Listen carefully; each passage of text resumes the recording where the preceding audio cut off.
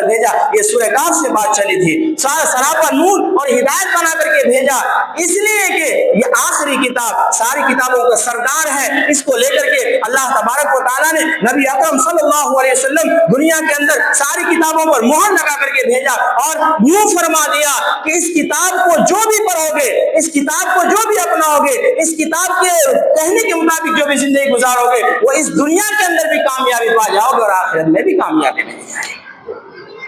لیکن آج ہمارے حالات دیکھ لیں, ہمیں موبائل دیکھنے سے فرصت نہیں. ینگ ایج کے جو لڑکے ہیں نا, ان کو پاب جی فری فائر سے فرصت نہیں. بالکل یہ حقیقی بات میں آپ کے سامنے کرنے جا رہا ہوں.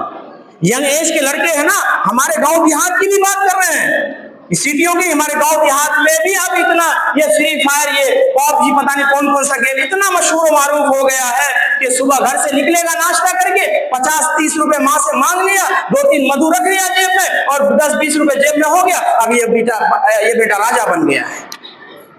کہیں بھی چوراہے پہ بیٹھ جائے گا, کہیں بھی گلی کوچے پر بیٹھ جائے گا, مار مار مار مار مار مار مار مار مار مار مار وہی لگا رہتا ہے پورا دن. حتیٰ کہ کھانے کا وقت گزر جاتا ہے دوپہر کا, پتہ نہیں چلتا ہے ان کو. اتنی لا علمی کے عالم میں اس گیم میں منہمک ہو گئے ہیں.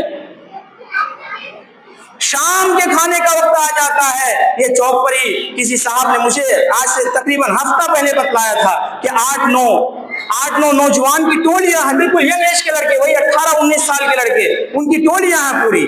انہوں نے کہا کہ میں نے موبائل بھی چھین کر کے رکھ لیا ہوا ہے. میں نے کہا رکھو نہیں, ان کو ماں باپ, ان کے ماں باپ کو بلا کر کے ان کے حالات ان کے سامنے پیش کرو کہ یہ آپ کے بچوں کے کارنامے ہیں, اور یہ کیوں ایسا ہوا, کس کی کمی ہے, یہ کس کی کوتاہی ہے. اس پر غور و فکر کیا کبھی ہم نے کہ ہمارے بچے 18-19 سال کے بچے جن کو حافظ قرآن ہونا چاہیے, 18-19 سال 20 سال کے بچے جن کے سینے میں علم دین ہونا چاہیے, اس کے سینے میں فری فائر اور پاب جی پڑا ہوا ہے.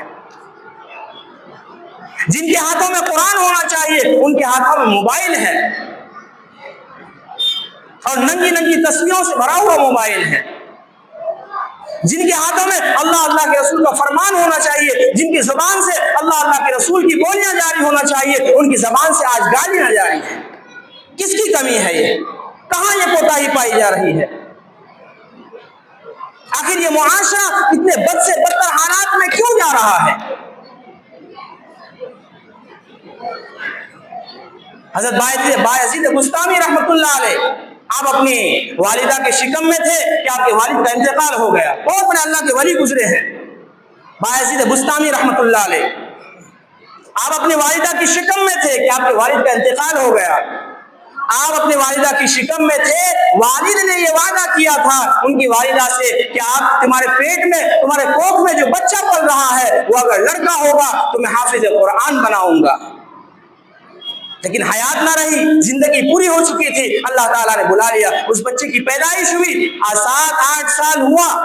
7-8 سال کی عمر میں والدہ نے ہاتھ پکڑا اور باپ کا وچن سنا دیا کہ تو میرے پیٹ میں تھا, تو میرے کوکھ میں پل رہا تھا, تیرے باپ نے مجھ سے وعدہ کیا تھا اگر یہ تیرے پیٹ میں پلنے والا بچہ, تیرے کوکھ میں سانس لینے والا بچہ اگر بیٹا ہوا تو میں اس کو حافظ قرآن بناؤں گا. لہٰذا بیٹا تیرے باپ کا وچن ہے, یہ تیرے باپ کا مجھ سے وعدہ ہے, چل تو مدرسے میں. لہٰذا اس کو 7 سال کی عمر میں مدرسے لے جا کر کے مدرسے والے کے حوالے کر دیا, اور اس کے باپ کے بچن کو, اس کے باپ کے وعدے کو, اس کے باپ کے ارادے کو, سارے ارادے استادوں کے سامنے پیش کر دیے. یہ بیٹا میں نے آپ کو دیا, اس وعدے سے, اس ارادے سے اس بچے کی پیدائش ہوئی. اللہ تعالیٰ اس کو دنیا کے اندر بھیجا ہے, اس کے باپ کا وچن پورا ہونا چاہیے.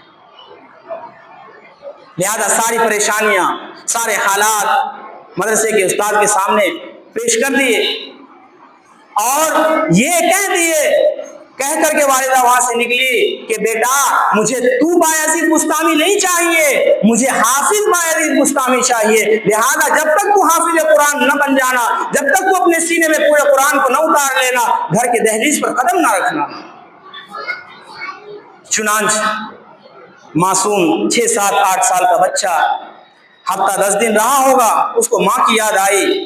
اس نے اپنے استاد سے شکایت کی کہ ماں کی بہت یاد آ رہی ہے, مجھے گھر جانے کی اجازت دی جائے.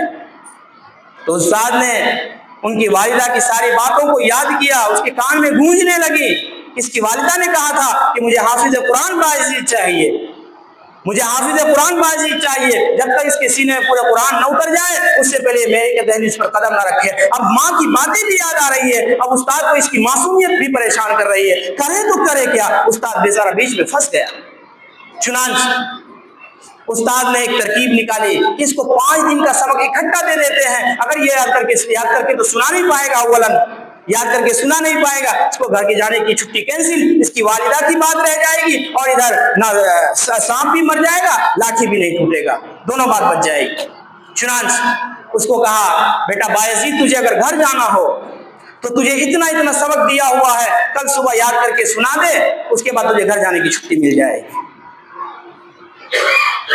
اب شام کے وقت میں حضرت بایزید بسطامی رحمۃ اللہ علیہ کتاب کھول رہے ہیں، دیکھیں کہ 5 دن کا سبق اتنا زیادہ ہے اور یاد ہونا ممکن نہیں، یہ تو بہت مشکل کام ہے۔ چنانچہ اللہ کے سامنے ہاتھ اٹھایا، معصوم ہاتھ اللہ کے سامنے اٹھا کر کہا کہ مولا واقعی یہ 5 دن کا سبق ہے، میں یاد تو نہیں کر سکتا ہوں، میرے پاس